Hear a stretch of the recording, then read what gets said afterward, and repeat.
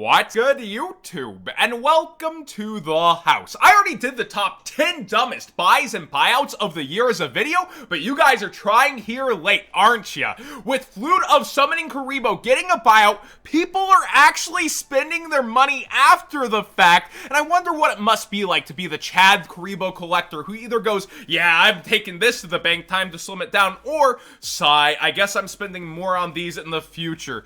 $18? Really? You're giving in to the people who did this forced buyout? This is not a gradual, acceptable, it is a forced one by all means. Brothers of Legend came out, and now this is starting to go this way, and I'll give it to them. There's not an easy access version. This debuted at McDonald's pack, which is kind of the coolest version in my mind. You have two Ultras between Legendary Collection GX, and it's not easy to get cards from there anymore, as well as Raw Yellow Mega Pack as a common, and commons can be even harder than the holos out of those sets. Dual Terminal 4 is probably the easiest access version, and 1 through 4 went on clearance a long time ago, and I bet tons of people bought into this as they were getting Trishulas from DT4 and just have stacks of this in their closet. So I would expect this to actually come back onto the market at some point in mass, but the rest of these, yeah, I can't believe people are actually spending their money this way. Seeing it, you can still see the light plays and stuff sell for $3, but man,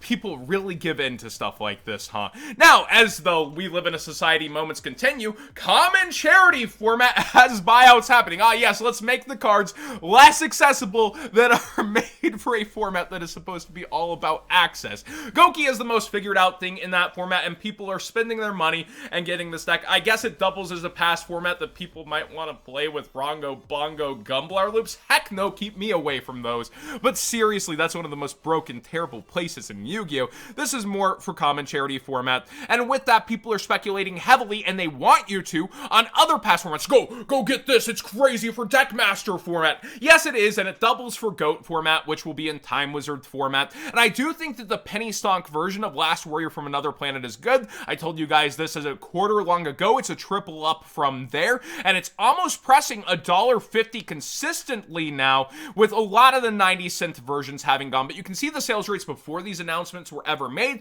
are very consistent, as people are just getting them because GOAT format's that popular, or they wanted access to this card, or Waking the Dragon target, I suppose. But when we're looking through, don't just fall for the hype. Whenever streamers and Yu-Gi streamers were going for flavor of the week past formats, and they're truly enthusiastic about these as they figure them out and they're going through them, I remember Bryonic going past $200, and you can see now it's like 95, which is way better than the, 30 flat it was before Jesse Cotton, I believe, put it on the map with a YCS top cut. But it's gone through its fluctuations and uses, and with a DT Ultra being a different level of a dual terminal card, I still want to say, remember the buyouts and spikes that were there, people and their money that were lost on things like this, and chill out just a bit. Now, there's also Banlist mixed in. Oh, is Max C gonna go up? What's happening to Max C, John? You have no idea how many people have asked me about Max C, and while it's at one of its all-time highs, with 2 copies at 650 before it's 700, this is due to cyclical Banlist buyouts that have been happening on it with Hopium. We're gonna match the OCG. Oh, Crossout Designators here. Surely it's coming off the list. Banlist speculation is just that, speculation. There's huge wins to be had, but also consistent money over time with certain cards where speculation continues on it, and then people are just playing hot potato. If this truly came off the list, I do wonder where its ceiling would be. You see people even spent all the way up to $800 on near mints during the last Banlist hype, though, so all-time highs are subjective versus people who spent their money in a glass house, I suppose. I've overspent on cards in the past myself before, to be fair, with hype. Spirit Reaper Champion Pack. Speaking of past formats, I stumble a little when I get excited. You guys in stream are way more used to that. This one somebody was asking me about because I have a page of these anciently, and they were asking, would I be parting with one? And I do think at some point I'll slim down to just a playset of certain cards from my Vinderman days, and I've been looking at this a lot for its history. I remember pre-MBT hyping Reaper format, it was around I want to say 280, and then after that it went to 380. Then it settled at 320, and without sales being really tracked at a high point, I see that all of a sudden the lowest near mints are 420. Blaze it, I suppose, before it's 500 quickly. This one has a super interesting kind of track record without those middle listings selling, but instead either being pulled or I guess coming down to actually make the sale.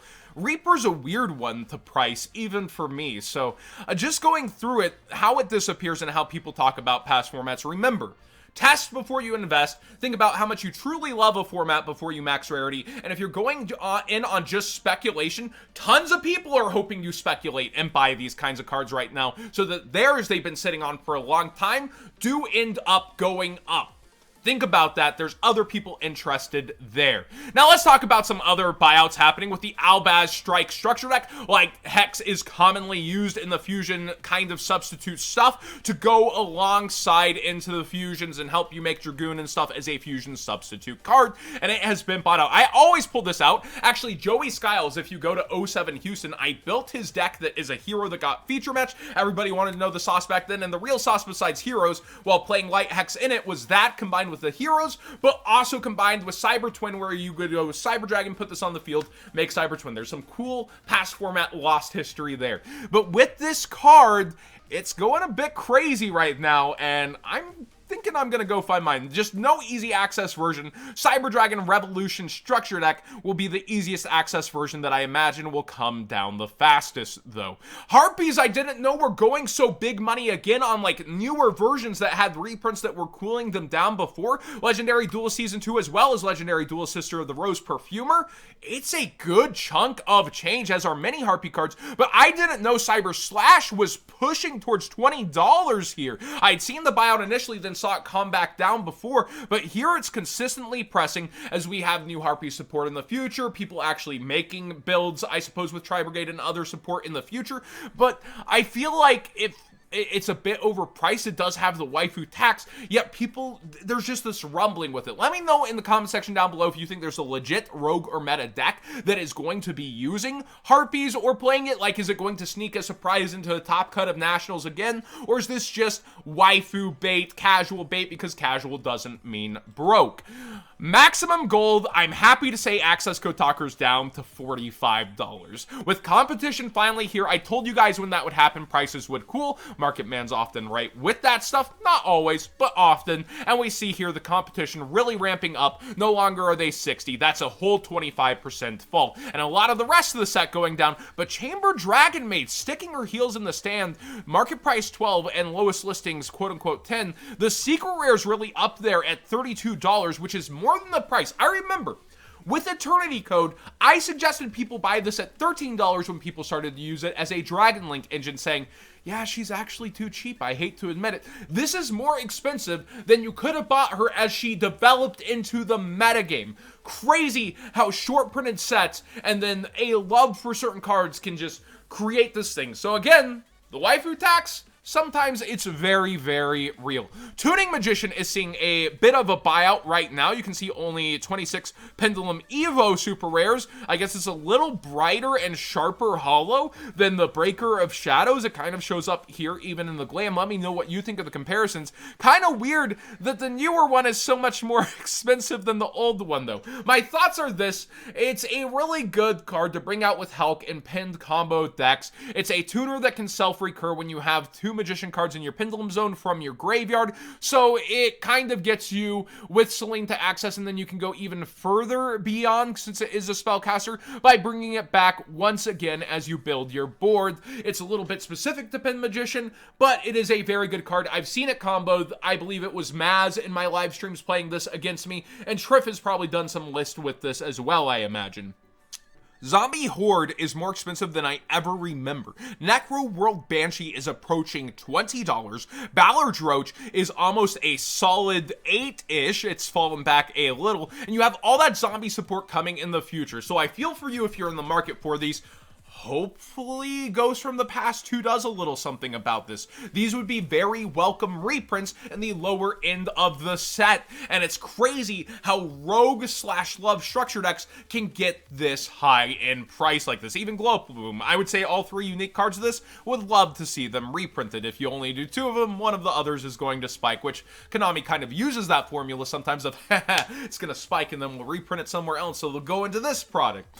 Ash Blossom and Joyous Spring is $20 for all copies. Again, it kind of fallen down there towards 18 and then 17.50, and I'm just looking through. Secret rares are kind of hotter than ever. You see this spike, and I really didn't track when this happened, but $110 per secret. I'm just hoping at some point we finally do get a higher rarity Ash Blossom, and that begs the question, how will its price history go, such as Ghost Ogres? Ultimate Rare Ghost Ogre, Secret Rare Ghost Ogre has a bumpy history, but the Secret Rare Ghost Ogre falls out much quicker than the ulti whenever it falls out of a format. Ash is much more prevalent, a completely different beast here, and towards 115 rather quickly for the first edition. Very interesting that people are going in on this here during the winter market along with other staples and future format things. Hotter than any winter market I have ever seen. And then finally, a little bit of a penny stonk suggestion. Compulse is seeing a lot of rogue play, decks like Live Twins or decks that can afford back row. I am seeing Compulse a lot more on Dueling Book and had an in-depth discussion with my stream. $1.50 even. I don't think it's really that low, but a $3 average price for the secret rare, even the unlims. Secret looks very nice. There's 2 versions of the secret. I would consider maybe that version as a budget, nice, hollow version that I could see hitting $8, $10 again one day, depending. There's plenty of different versions of Compulse, though. I just think the secret's nicer than the DT, especially with DT rarity coming back, though. That could get some more DT buyouts happening, maybe. It's really weird because they could also reprint cards that were in the DT era. We don't know how that's going to go, so all of that is a bit of speculation, or which DT foiling they're picking, right? And finally, I got to all the cards. Let's do the figures. Tons of people have been asking me where they can buy this for retail. The dual disc is at $130 on GameStop. Now, I don't like that price. Plenty of people pointed out this used to be $30 to $40. It's barely been touched up. Well, inflation doesn't even explain that. It's more they're grabbing for the money, right? And then the 7s dual disc, it comes with promos and these other things. Well, you're not getting the 7s dual disc with the promos at retail. You had to enter a lottery for that. For all of its extras, it's being sold a lot, but without the promos right now on eBay, actually, you can get it near retail if you're not interested in that amazing Blue Eyes White Dragon at all. Just saying, I would wait for Hot Topic Hot Cash if you're familiar with that promotion. It gets you 15 off of 30 and they can stack multiple. Maybe it'll combine with that. Sometimes items do not stack over there, so maybe avoid doing retail. I would also check Honey Extensions. That's not sponsored. Maybe I should get a Honey link. But when it comes down to it, I am always looking out for the best deals for you guys. So right now, I know people are paying scalped prices, $150, $160, paying extra on these when they're available online, shipped to your front door. I believe this is not pre-sales either. I think it's in stock. Now, what does say pre-order is the Kotobukiya Dark Magician Girl. This has disappeared from Big Bad Toy Store, tons of different places, but is available through GameStop. So maybe able to use more rewards or do other things. I think this is pretty darn awesome that it is over here on the site, but I'm not as familiar on if GameStop ends up canceling orders or not getting enough, how their policy is there. So let me know if you're familiar with collectibles that seem very hot.